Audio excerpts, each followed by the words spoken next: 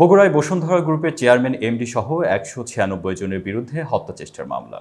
বগুড়ায় হত্যাচেষ্টার অভিযোগে বসুন্ধরা গ্রুপের চেয়ারম্যান আহমেদ আকবর সোবহান ও ব্যবস্থাপনা পরিচালক সায়েম সোবহান আনভি সহ ৪৬ জনের নামে মামলা করা হয়েছে।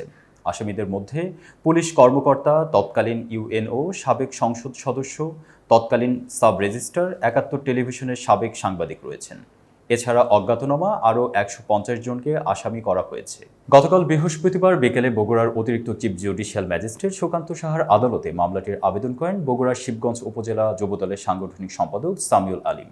আবেদনটি আমলে নিয়ে বিচারক শিবগঞ্জ থানার ভারপ্রাপ্ত কর্মকর্তা মামলা হিসাবে রেকর্ড করার আদেশ দেন। তবে মামলাটি নথিভুক্তর বিষয়ে গতকাল রাত পর্যন্ত আদালতের কোনো নির্দেশনা পাননি বলে জানিয়েছেন শিবগঞ্জ থানার ওসি আব্দুর রব। আদালতে হত্যাচেষ্টার একটি মামলার কথা তিনি মৌখিকভাবে শুনেছেন। কেউ মামলা করতে থানায় আসেননি ওই সময়ে।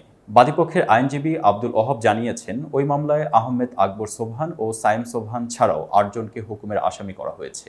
তারা হলেন ২১শে আগস্ট গ্রেনেড হামলা ও বিডিআর বিদ্রোহ মামলার তদন্তকারী কর্মকর্তা এবং সিআইডির সাবেক অতিরিক্ত ডিআইজি আব্দুল কাহার আকন্দ, আওয়ামী লীগের যুগ্ম সম্পাদক ও সাবেক সংসদ সদস্য মাহবুব উল হালিম, পুলিশের সাবেক অতিরিক্ত আইজিপি মনিরুল ইসলাম, ডিবির সাবেক প্রধান হারুনুর রশিদ, অতিরিক্ত ডিআইজি মিজানুর রহমান এবং ৭১ টেলিভিশনের সাবেক বার্তা সম্পাদক শাকিল আহমেদ।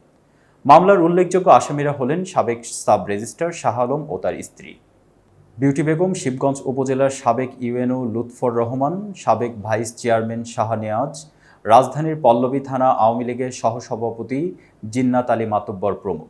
এতক্ষণ বার্তা বৈঠকের সাথে থাকার জন্য ধন্যবাদ। নতুন নতুন তথ্য সংবাদ পেতে বার্তা বৈঠকের ইউটিউব চ্যানেল ও ফেসবুক পেজের সাথেই থাকুন।